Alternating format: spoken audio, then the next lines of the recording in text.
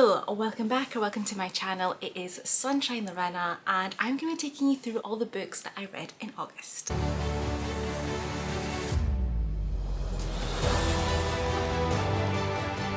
So August done, dusted, we're in September. I'm here for like autumn weather, but the UK's decided that it's going to start summering again, which is just annoying since it was basically autumn in August. But anyway, August is done, so these are going to be all the books that I read in August. What I'm going to do a little bit differently in my wrap-ups from now on is I'm actually going to tell you if there are books that were on my TBR that I didn't get to and didn't read to hold myself accountable, because honestly I never finish a TBR and I never hold myself accountable. So we're going to be doing that really quick, and then I'm going to take you through the 10 books that I did actually read in August in order of how I read them throughout the month. So first of all, the two that were my TBR that I didn't get to was Convenience Store Women and Little Women. I did start this, as you can see, but this is being put aside for the moment. So basically, and I know what you're thinking, this is super short. I know, I should have read it. I blame my husband because he started watching A Man Called Otto, the film, which is from the book A Man Called Ove, which I found out from listening to the audiobook of this one. It's gonna be a wrap up, guys. It's Ove pronounced. I always thought Ove, but it's Ove. So yes, he started watching it and he was like, oh, he's so grumpy, like we should watch this together. So I was like, well, I have the book, so I'm gonna read the book. I need to read the book first, and he really wanted to watch it, so I basically had to abandon my TBR to read this and be hit very emotionally with this one. I did really enjoy it. We'll get to the wrap up on that, but by picking up Little Women following that, and this is not the book to pick up after A Man Called Ove, let me tell you. So I've had to pick up something a little bit more lighter, a little bit more, I don't know, it brings me a little bit more of a hug. There's going to be a vlog coming out very soon around some of those books that I read following that one. It will be coming to you involving autumn vibes, guys. But yes, so that's why I didn't get to these two. I'm gonna be taking you through, like I said, the 10 books I did read. I did read a lot more kind of mystery thrillers in August. Like, it started to come back. I also think it's because I got Kindle Unlimited, and there is a couple of vlogs on my channel from August that was involving thrillers. Interesting thing, just before I get into the books, is I read 40% non-fiction in August, and like normally it's like such a small percent, so it's going to be really interesting at the end of the year to see how much non-fiction, the overall percentage of non-fiction, because I don't tend to pick up that much non-fiction, so that would be really interesting. So the first book that I finished reading in August was The American Roommate Experiment by Eleanor Armas. Listen to this audiobook because they had a script. Always have that little script link if you want those 2 months for free. This is the second book in the love deception, the Spanish love deception world. So you do get a brief kind of glimpse of our previous love interests, and just to see kind of where they are, which I do like when we're in this little kind of romance world. So our main female protagonist is Rosie Graham, and she has a problem. A few, actually. She just quit her well-paid job to focus on her secret career as a romance writer. She hasn't told her family and now has a terrible writer's block. Then the ceiling of her New York apartment literally crumbles on her. Luckily, she has her best friend Lena's spare key while she's out of town. But Rosie doesn't know that Lena has already lent her apartment to her cousin Lucas, who Rosie has been stalking, for lack of a better word, on Instagram for the past few months. Lucas seems intent on coming to her rescue like a Spanish knight in shining armour, only this one strolls around the place in a towel, has a distinct distracting grin and an irresistible accent. Oh, and he cooks. Lucas offers to let Rosie stay with him at least until she can find some affordable temporary housing, and then he proposes an outrageous experiment to bring back her literary muse and meet her deadline. He'll take her on a series of experimental dates meant to jumpstart her romantic inspiration. Rosie has nothing to lose. Her silly online crush is totally under control, but Lucas's time in New York has an expiration date, and 6 weeks may not be enough for either her or her deadline. This was cute. I really enjoyed it. I gave it 4 stars. I liked the development of our characters. Yes, I like this. I like the build up between the two of them. It does have forced proximity, one bed trope in this, and they're just really cute. I really liked them as like a couple and as people in this, and I really enjoyed it, so I recommend to pick it up. Then the next one, and the first non-fiction of August, was In Order to Live, a North Korean girl's journey to freedom by Yuemi Park. So just, first of all, if you've been watching my channel for a while, you'll know that I don't tend to rate memoirs, biographies. I feel like I'm then rating their their personal like life story, so I don't rate them. But this, pretty much the title sums it up. This is Yoemi's journey from North Korea, like escaping, and how that all kind of happened. She first of all discusses her life in North Korea when she was growing up, how things were, and then actually finally how she ended up escaping and the things that kind of happened along the way. And there's some things to read in this. There is obviously, with them being escapees, they went into China first, and there is obviously people who take advantage and essentially end up human trafficking people. So there is like trigger warnings with this, so look this up if you feel like you'll be affected by anything's covered in this. But we do see her journey, how she gets out and how she ends up building a life outside of North Korea. She does now have like a second book out, which I've not heard much people speaking about, but enjoy this, seeing, obviously reading about North Korea, which we don't really tend to know much what's going on there, so it was interesting reading that. I have previously read another autobiography. It was The Girl with 7 Names, and I can't remember the author's name in this moment, but again it was another like escapee, but their escaping stories are very different on how things happen and then what happened to them after as well. So not everyone's lucky, different things happen, but she got out, and it's also about her then adjusting to life outside of North Korea and kind of catching up with schooling, etc., because she was really she didn't have the same level of education in North Korea as she did out, also due to the age that she escaped, and she needed to finish her schooling. So I do recommend. It was a good memoir to read, very interesting. Then I read None of This Is True by Lisa Jewell, which is her latest release. It came out in July. There is a vlog up on my channel, so I will link, go and check it out. You can get my in the moment thoughts. I was sent this kindly by Tandem, Century Books and Penguin Random House, as I did a video for them back in July as the promotion for this, so I was really happy to get this finished copy. This is the latest release by her, and I really enjoyed this, guys. I really recommend picking this up. I feel like it's definitely going to be in the Goodreads Choice Awards this year as one of the thrillers. But essentially this is 2 women, 2 stories. Who do you trust? So you get 2 point of views. There is Alex, she is a podcaster, and then there is Josie. They end up randomly meeting in the pub on their birthdays, and it turns out they're birthday twins, and they don't live that far apart. They were actually born in the same hospital, and Alex ends up deciding to do a new podcast based on interviews with Josie, saying like, with her being a birthday twin, just to see how like their lives turned out. Obviously along the way Josie is revealing things, and Alex is slowly kind of brought in more and more into Josie's world. So Josie's life appears to be kind of strange and complicated, and Alex does find her a little bit kind of unsettling. There's a bit of a vibe, but she doesn't quite put her finger on it, but she's really interesting, so she keeps on going podcast despite these other feelings that she's kind of getting, that maybe things aren't what they seem. And slowly Alex realizes that Josie has been hiding some very dark secrets, but by this point she's very much in her life, and she's very much kind of wiggled her way into her life in different aspects and into her home. She soon begins to wonder, who is Josie Fair and what has she done? This is super interesting. What I really liked about this, I think I said I told you I gave it 4 stars. What I really liked about this, that it's done by day, so you get the back and forth between them of when they film podcast episodes. There is podcast that was released, there was like 4 episodes, so some of that I think is also from the audiobook, and I think this would be a really good audiobook. It is there's more than one audiobook narrator, but I didn't listen to it. What I like about this is that you then get these pieces, that a new Netflix documentary series, and you're getting bits and pieces of what happened. So we're following it, reading as it was happening in the podcast, and then there's this little bit about the Netflix show. You get a little bit of a transcript of what was shown, and you start to realise that something obviously happened, because this documentary is then looking back at what happened during that time of the podcast. So something happened, and there is this build up to this. It's very interesting. There's twists in this that I didn't see coming, and great ending. Really enjoyed it. Recommend. Then I picked up Mystic by Elle Kennedy, which is number 2 in the Off-Campus series. The first one is The Deal, if you've heard of it. They're romances, they're new adult. I picked this one up on audiobook, and I enjoyed it, not as much as The Deal. The Deal was like a 5-star read for me. This was 3.5, but I still really enjoyed it. It just, sometimes you need something light and fun, although in these books it does always touch on a couple of topics that are a little bit more serious, so just to warn you about that.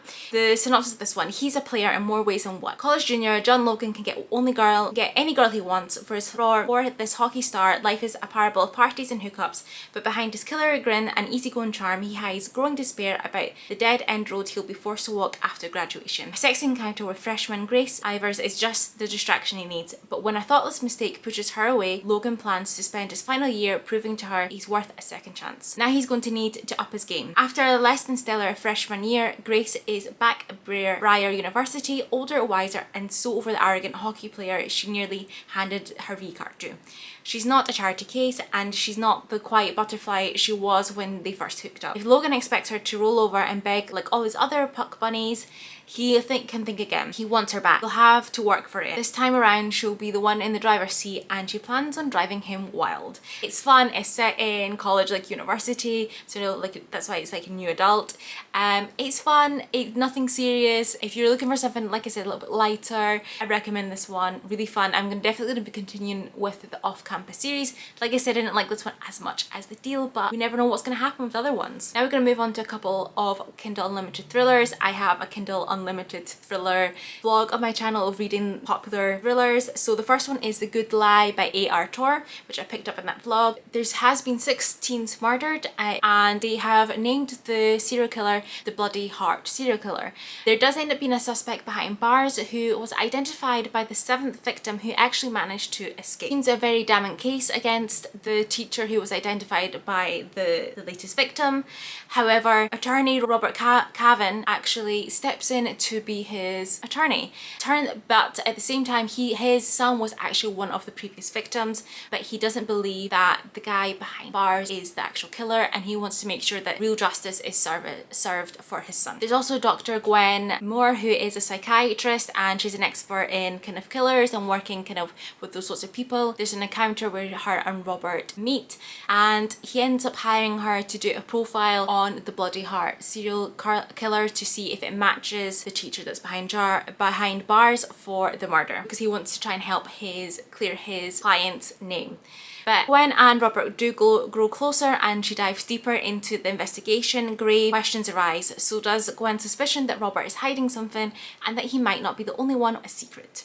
I really enjoyed this. Gave it 4 stars. Like I said, go and check out my blog to see my in the moment thoughts. This was under 300 pages, so it is like a quick thriller. Did feel like there could have been a little bit more written in this one, but I did enjoy it. The development of the characters in this one, plus the twists and turns along the way that I didn't expect to see. You will really enjoy this. Give it a chance. Then I picked up my first Frida McFadden, which was Want to Know a Secret. The main protagonist and point of view that we're following is April. She has a YouTube channel, a baking YouTube channel called April Sweet Treats, where she always makes recipes and always gives a little secret tip to get the perfect brownies or apple pie or whatever she is making. She always gives little secret tips. But if you keep watching her offline, you may find out some other secrets about April. Secrets she'd rather you didn't know. Like, where did her son go when he snuck out the house? What was she doing with the local soccer coach behind fogged windows? And what's buried in her backyard? Everyone has secrets. Some are worse than others. April's secrets are enough to destroy her. I really enjoyed this one. I really enjoyed the style of writing. I gave it 4 stars. I was immediately hooked. Even though this one was longer than the other one, I was immediately hooked, and I like flew through this thriller. Really enjoyed the style. I kind of liked how we were in following April's point of view, and twists in this didn't see coming. Really enjoyed it. You do get several twists right up until the end. The very last one, I was really shocked. So you're gonna enjoy this. Like I said, enjoyed the writing style. She's a stay-at-home mum while doing her YouTube channel, and they live in a rich area, so there's lots of different mums and stay-at-home mums, and they do lots of like PTA school stuff. So I kind of like the drama of the gossiping of the mums. If you liked Big Little Lies, I think you might enjoy this one because it gives a little bit of that vibe. But yes, along the way, April keeps getting text messages from someone who clearly knows her secrets, which gives a little bit of grown-up kind of A vibes from Pretty Little Liars. Not the same, but kind of a little bit of that vibes. So she is like really freaked out because she's like, somebody is doing something, kind of messing with her. So it's also trying to solve out the mystery of who is trying to take her down. I really enjoyed it. Like I said, I liked the drama of the mums, everything. I recommend that you pick this one up if you do kind of like that vibe. Then the next one I read was 12 Years a Slave by Solomon Northup. I listened to this on audiobook. This this is a non-fiction memoir that was originally published in 1853. It is what the film 12 Years a Slave was based on. I actually gave this a rating. I gave it 5 stars because it is one of the ones that I'm like, yeah, this needs to be rated. It's definitely 5 stars. It is a biography, so it's essentially following him telling his story when he was a free man and he was essentially kidnapped and taken into slavery. Obviously no one believes him, and it's the 12 years that he was a slave and documenting that, and then how he eventually got out as well. So obviously this is like a very important historical book.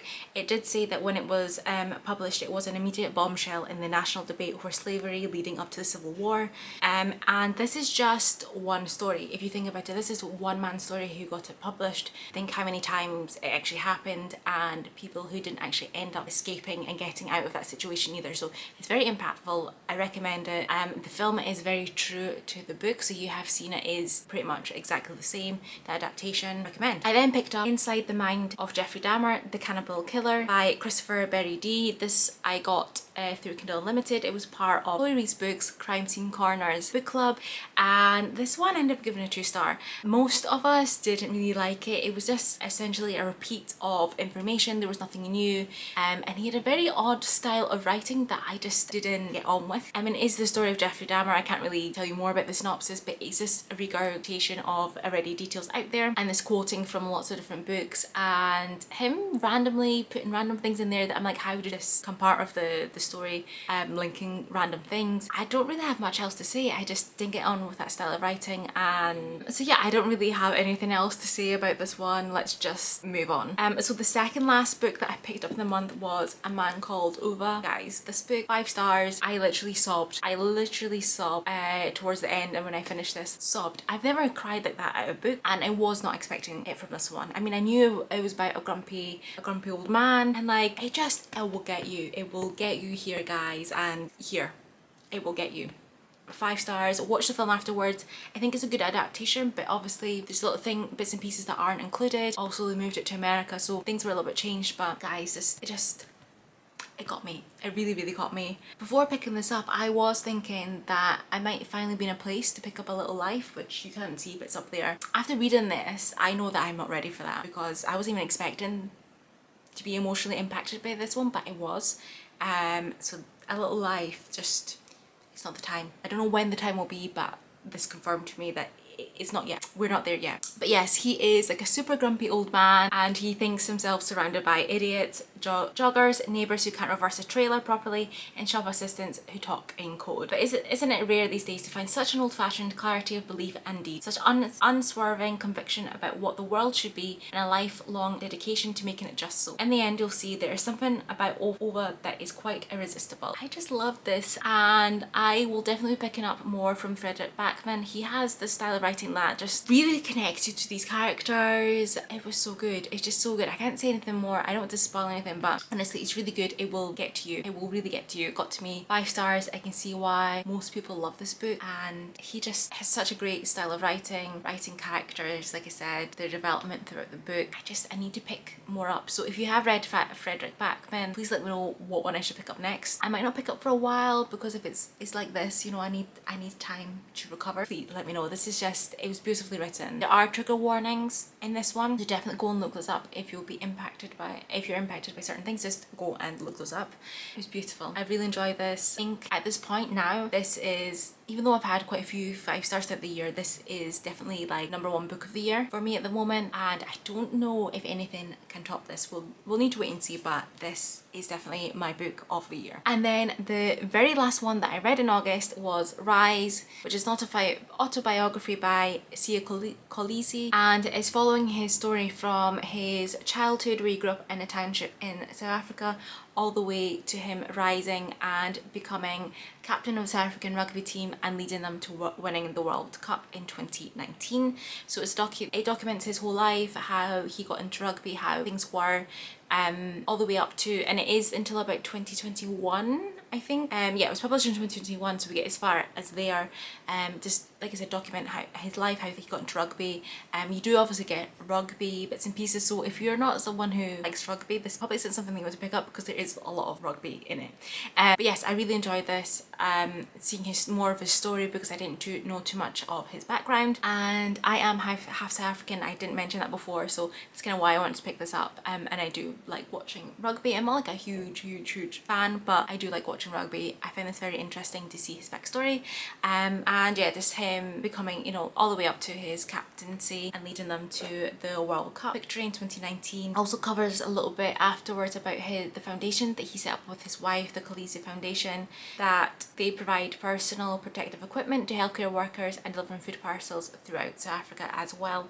But I do recommend. And that is all of the books that I read in August. So yeah, 10 books, really good. I will to those other books that I didn't read at some point. Like I said, Little Women is just, it's not a DNF, it is a rain check. It just wasn't the time to read it, which seems to happen to me every now and again with classics. I don't pick them up at the right time at all.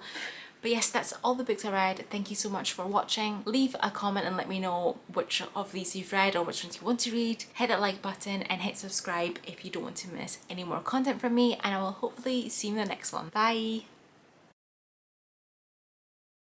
Now we're going to move on to a